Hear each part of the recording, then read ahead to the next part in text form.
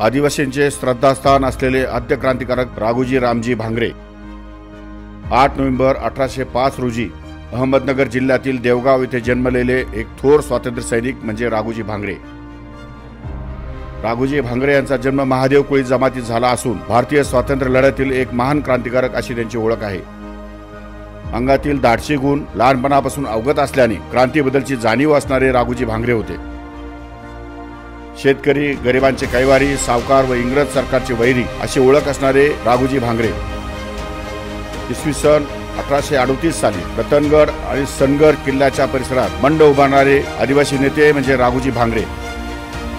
आई बहिणीच्या रक्षणासाठी संघर्ष करणारा योद्धा म्हणजे राघोजी भांगरे।